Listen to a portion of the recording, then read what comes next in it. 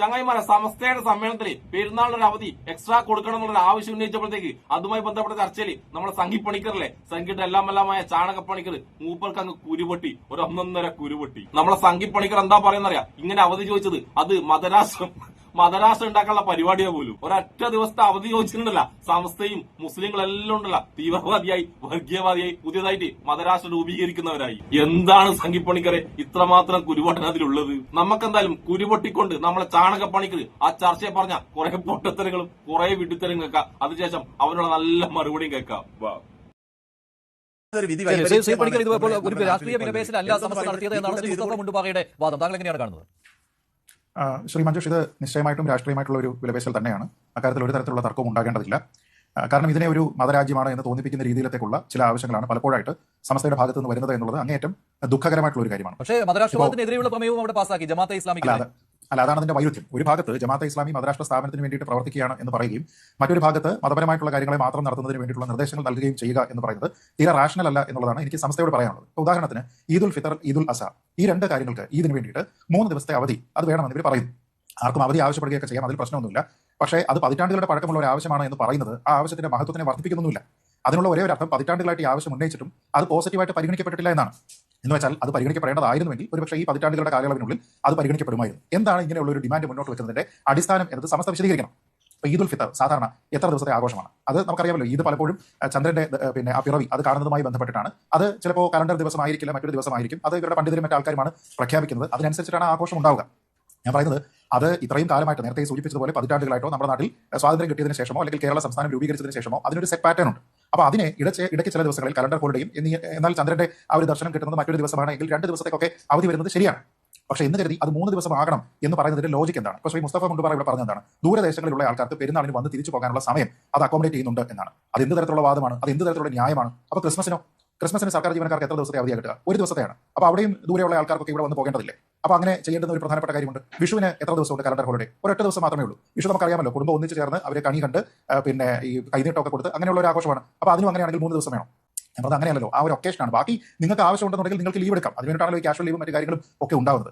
വെറുതെ അല്ലാട്ടെ ഇവരെ ചാണകപ്പണിക്കരെ എന്ന് വിളിക്കുന്നത്. അത്രമാത്രം ബുദ്ധിയുള്ളൂ ഈ വട്ടാവളിന്. എന്റെ ചാണകപ്പണിക്കരെ ക്രിസ്മസിന് ഓണത്തിനുണ്ടല്ല ഒന്നുമില്ലെങ്കിൽ വിദ്യാർത്ഥികൾക്കുണ്ടല്ല 10 ദിവസത്തെ അവധിയുണ്ട്. ആ 10 ദിവസങ്ങളിൽ അവർക്ക് എവിടെയെങ്കിലും പോകണമെങ്കിൽ അവരുടെ ക്ലാസുകൾ നഷ്ടപ്പെട്ടില്ല സംഘിപ്പണിക്കരെ. നേരെ മറിച്ച് ആ കുട്ടികളുടെ അച്ഛനാണോ അമ്മയാണോ ആരാണ് സർക്കാർ ജോലിയുള്ളത് അവർക്ക് മാത്രമേ ജോലി നഷ്ടപ്പെടുന്നുള്ളൂ. അല്ലാണ്ട് കുട്ടികളുടെ വിദ്യാഭ്യാസത്തിന് യാതൊരു തടസ്സവും വരുന്നില്ല. നീ പറഞ്ഞതുപോലെ പെരുന്നാളിന് ലീവ് എടുത്തിട്ട് എവിടെയെങ്കിലും പോകുന്നുണ്ടെങ്കിൽ കുട്ടികളുടെ ക്ലാസുകൾ നഷ്ടപ്പെടില്ലേ വട്ടാവളിയം പണിക്കരെ? നിനക്ക് അന്ധമായ മുസ്ലിം വിരോധം ഉണ്ടെച്ചിട്ട് പഠിക്കുന്ന കുട്ടികളുടെ ക്ലാസുകൾ മുടങ്ങണമെന്നാണോ വട്ടാവളിയ നീ പറയുന്നത്? പിന്നെ നീ എപ്പോഴും ഉണ്ടല്ലോ മുസ്ലിങ്ങൾ എന്തെങ്കിലും അവധി ചോദിച്ചാൽ മാത്രമാണല്ലോ നിനക്ക് കുരുപൊട്ടുന്നത്. അപ്പൊ മാത്രമാണല്ലോ നീ അവരെ വർഗീയവാദികളും തീവ്രവാദികളും പുതിയ മതരാഷ്ട്രം രൂപീകരിക്കുന്നവരൊക്കെയാക്കി മാറ്റുന്നത്. അപ്പൊ ഇതുപോലെ അവധികൾ ചോദിച്ചാൽ സംഘപരിവാറും BJP-ക്കാർ ഒരുപാടുണ്ട്. അപ്പൊ അവരൊക്കെ വർഗീയവാദികളാകില്ലേ? ഞാൻ അതിനുള്ള തെളിവ് നിന്നെ കാണിച്ചെങ്കിൽ നീ ആ സംഘപരിവാറിനെ വർഗീയവാദികൾ എന്ന് വിളിക്കോ അല്ലെങ്കിൽ മതരാഷ്ട്രം രൂപീകരിക്കുന്നവരെന്ന് വിളിക്കോ? അങ്ങനെ നീ വിളിക്കുമെങ്കിൽ നിനക്ക് അതിന് തെളിവായിട്ട് ഞാൻ കുറച്ച് കാര്യങ്ങൾ കേൾപ്പിച്ചു തരാട്ടോ. നിന്റെ സംഘികളുമായി ബന്ധപ്പെട്ട ഒരുപാട് സംഘടനകളുണ്ട്. അവരൊക്കെ ഒരുപാട് അവധികൾ ചോദിക്കുന്ന കുറച്ച് കാര്യങ്ങൾ ഞാൻ നിന്നെ കേൾപ്പിച്ചു തരാം. കേരളത്തിലെ BJP-യും അനുബന്ധ സംഘടനകളും ഹൈന്ദവ വിശ്വാസികളായ സർക്കാർ ജീവനക്കാർക്കും വിദ്യാർത്ഥികൾക്കും ആരാധനാപരമായ ആവശ്യങ്ങൾക്കായി കൂടുതൽ അവധി നൽകണമെന്ന് നിരന്തരം ആവശ്യപ്പെടാറുണ്ട്. പ്രധാനമായും താഴെ പറയുന്ന ദിനങ്ങളിലാണ് അവർ അവധി ആവശ്യപ്പെടുന്നത്. 1. വിശ്വകർമ്മ ജയന്തി സെപ്റ്റംബർ 17.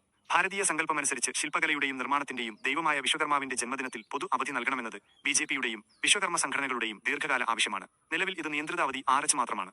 2. ശ്രീകൃഷ്ണ ജയന്തി അഷ്ടമിരോഹിണി. കേരളത്തിലുടനീളം വിപുലമായ ശോഭായാത്രകൾ നടക്കുന്ന ദിവസമായതിനാൽ അഷ്ടമിരോഹിണി നാളിൽ പൂർണ്ണമായ പൊതു അവധി വേണമെന്നും ആ ദിവസം സർക്കാർ ഔദ്യോഗിക പരിപാടികൾ ഒഴിവാക്കണമെന്നും BJP ആവശ്യപ്പെടാറുണ്ട്. 3. മണ്ഡലകാലം മകരവിളക്ക്. ശബരിമല തീർത്ഥാടനവുമായി ബന്ധപ്പെട്ട പ്രധാന ദിവസങ്ങളിൽ പ്രത്യേകിച്ച് മകരവിളക്ക് ദിനത്തിൽ ഭക്തരായ ജീവനക്കാർക്ക് ആരാധനയ്ക്കും ദർശനത്തിനുമായി പ്രത്യേക അവധി നൽകണമെന്ന് പാർട്ടി ആവശ്യപ്പെടാറുണ്ട്. 4. രാമായണ മാസം കർക്കിടക മാസത്തിലെ ഹൈന്ദവ ആചാരങ്ങൾക്കും ആരാധനയ്ക്കുമായി ജീവനക്കാർക്ക് സൗകര്യങ്ങൾ ഒരുക്കണമെന്നും പരീക്ഷകളും മറ്റും ഈ സമയത്ത് ക്രമീകരിക്കുമ്പോൾ വിശ്വാസികൾക്ക് തടസ്സമുണ്ടാകരുതെന്നും BJP ആവശ്യപ്പെടാറുണ്ട്. 5. നവരാത്രി പൂജവയ്പ്. ദുർഗാഷ്ടമി, മഹാനവമി, വിജയദശമി ദിവസങ്ങളിൽ ആരാധനയ്ക്കും വിദ്യാരംഭ ചടങ്ങുകൾക്കുമായി ജീവനക്കാർക്കും വിദ്യാർത്ഥികൾക്കും തടസ്സമില്ലാത്ത രീതിയിൽ അവധികൾ ക്രമീകരിക്കണമെന്ന് ഇവർ ആവശ്യപ്പെടുന്നു. പോരെ ചാണകപ്പണിക്കരെ, ഒരൊറ്റ ദിവസത്തെ അവധി ചോദിച്ചിന് നീ മുസ്ലിങ്ങളുണ്ടല്ല തീവ്രവാദികളാക്കി വർഗീയവാദികളാക്കി പുതിയ മതരാജ്യം രൂപീകരിക്കുന്നവരാക്കി. അപ്പോ ഇത്രയും അവധി, ഒരു ദിവസത്തെ അവധിയല്ല ഒരുപാട് അവധി ചോദിക്കുന്ന നിന്റെ സംഘപരിവാറിനെ നിന്റെ സംഘികളെ നീ എന്തായിട്ടാണ് വിളിക്കുക? എത്രമാത്രം വർഗീയവാദികളായിട്ടാണ് നീ അവരെ വിളിക്കാൻ പോകുന്നത്? അപ്പൊ അവരും നിർമ്മിക്കാൻ നോക്കുന്നത് മതരാജ്യമല്ലേ? വലിയ പുതിയ മതരാജ്യം? ഇത്രയും അവധി മാത്രമല്ല സംഘപരിവാർ ചോദിക്കുന്നത്, ഉത്തരേന്ത്യയിൽ എന്തൊക്കെ അവധിയുണ്ടോ ആ അവധികളൊക്കെ ഇവിടെയും കൊടുക്കണമെന്നാണ് സംഘികൾ പറയുന്നത്. നീ പറയാൻ സ്വന്തം ചാണകപ്പണിക്കരെ സംഘികളെ നമ്മൾ എന്ത് വിളിക്കും? എന്താണ് വിളിക്കേണ്ടത്? കേരളത്തിലെ മുസ്ലിം കണ്ടില്ല 2-3 അവധികൾ മാത്രമേ ആകെ കിട്ടുന്നുള്ളൂ. നേരെ മറിച്ച് ഹൈന്ദവർക്ക് എത്രമാത്രം അവധി കിട്ടുന്നുണ്ടെന്ന് ഞാൻ നിങ്ങൾക്ക് കാണിച്ചു തരാം കേട്ടാ. കേരളത്തിൽ സർക്കാർ അംഗീകരിച്ചിട്ടുള്ള ഹൈന്ദവ ആചാരങ്ങളുമായി ബന്ധപ്പെട്ട പ്രധാന പൊതു അവധികൾ താഴെ പറയുന്നവയാണ്. 2026 ഔദ്യോഗിക കലണ്ടർ പ്രകാരം ഈ ദിനങ്ങളിലാണ് അവധി വരുന്നത്. പ്രധാന പൊതു അവധികൾ, പബ്ലിക് ഹോളിഡേയ്സ്. കേരള സർക്കാർ എല്ലാ വർഷവും പൊതു അവധിയായി പ്രഖ്യാപിക്കുന്ന പ്രധാന ദിനങ്ങൾ ഇവയാണ്. വിഷു, മേടമൊന്നിന് ആഘോഷിക്കുന്ന കേരളത്തിന്റെ വിളവെടുപ്പുത്സവം 2026 ഏപ്രിൽ 15.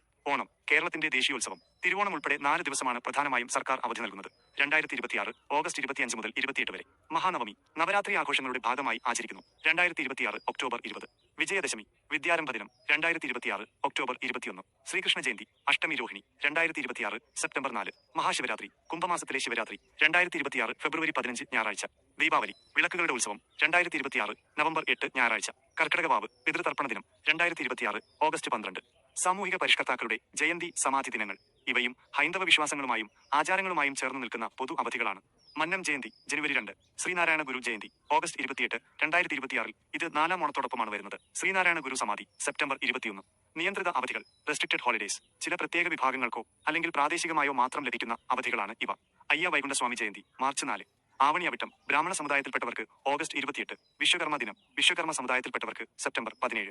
ഹൈന്ദവർക്ക് എത്രയാണ് അവധി? എന്റെ സംഘിപ്പണിക്കരെ പറഞ്ഞിട്ടും തീരുന്നില്ല, അത്രമാത്രം അവധികളാണ്. ഇത് മാത്രമല്ല സംഘിപ്പണിക്കരെ, ഉത്തരേന്ത്യയിലെ പല ആഘോഷങ്ങൾക്കും ഇവിടെ അവധി കൊടുക്കുന്നുണ്ട്. എന്നിട്ട് മുസ്ലിങ്ങൾ ഒരവധി ചോദിക്കുമ്പോഴത്തേക്ക് എന്തൊക്കെയാ നീ അവരെ പറഞ്ഞത്? നിന്റെയൊക്കെ കുരുപൊട്ടൽ കൊണ്ടുണ്ടല്ല മുസ്ലിങ്ങൾക്ക് ഒരു ചായ ചോദിക്കാൻ കഴിയില്ല, ഒരു കറി ചോദിക്കാൻ കഴിയില്ല, ചോറ് ചോദിക്കാൻ കഴിയില്ല, ഒന്ന് ടോയ്ലറ്റ് പോകാൻ കഴിയില്ല. ആ അവസ്ഥയിലാട്ടാ മുസ്ലിങ്ങളിപ്പം ഒന്നും ചോദിച്ചു കഴിഞ്ഞാൽ അപ്പോഴല്ല അവരെ വർഗീയവാദികളാക്കും, പുതിയ മതരാശി രൂപീകരിക്കുന്നവരാക്കും. പിന്നെ നീ ഒരു കാര്യം കൂടി അറിയണം കേട്ടാ, അമ്പലങ്ങളിലും ക്രിസ്ത്യൻ പള്ളിയിലെ പെരുന്നാളിനുള്ള ചില സ്ഥലങ്ങളിൽ താലൂക്കുകളിൽ അവധി കൊടുക്കുന്നുണ്ട്.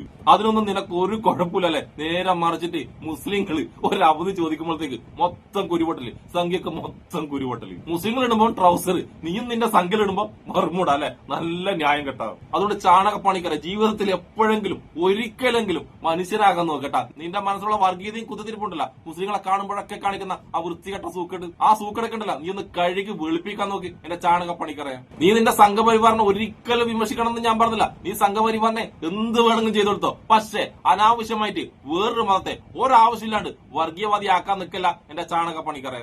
സംഘികൾ നിനക്ക് എന്താണോ തരുന്നത് അത് നാണുമാനോ ഉളുപ്പില്ലാണ്ട് വാങ്ങി നീ കഴിച്ചോ, പക്ഷെ അനാവശ്യമായിട്ട് ദൈവത്തിന്റെ നാടായ ഈ കേരളത്തിൽ നീ വർഗീയത ഉണ്ടാക്കല്ലേട്ടാ. അതുകൊണ്ട് ചാണകപ്പണിക്കരെ, നീയൊക്കെ സംസാരിക്കുന്ന, നീയൊക്കെ ചിന്തിക്കുന്ന ഈ സംഭവമില്ലേ, ഇതിനാണ് വിവേചനം എന്ന് പറയുന്നത്. ഇങ്ങനെയുള്ള വൃത്തികെട്ട വിവേചനങ്ങളുണ്ടല്ല മനുഷ്യത്വവും വിവരമുള്ള ആരും ചെയ്യില്ല ചാണകപ്പണിക്കരെ. അതായത് നിനക്കൊന്നും വിവരവും മനുഷ്യത്വം തീരെയില്ല, ആകെയുള്ളത് തലയിൽ കുറച്ച് ചാണകമാണ്, പച്ച ചാണകം, അത് മാത്രമേ നിനക്കുള്ളൂ. ഇനി എന്തായാലും ഞാൻ ഇതിനെക്കുറിച്ച് കൂടുതലൊന്നും പറയുന്നില്ല. ഇനി എന്തെങ്കിലും പറഞ്ഞില്ലേ എന്റെ വായിന്ന് വേറെ എന്തെങ്കിലും വരുക. അതുകൊണ്ട് തൽക്കാലം ഞാൻ നിർത്തുന്നു. എന്നെ ഇഷ്ടപ്പെടുന്ന എല്ലാവർക്കും എന്റെ ഒരു നല്ല സുലാൻ.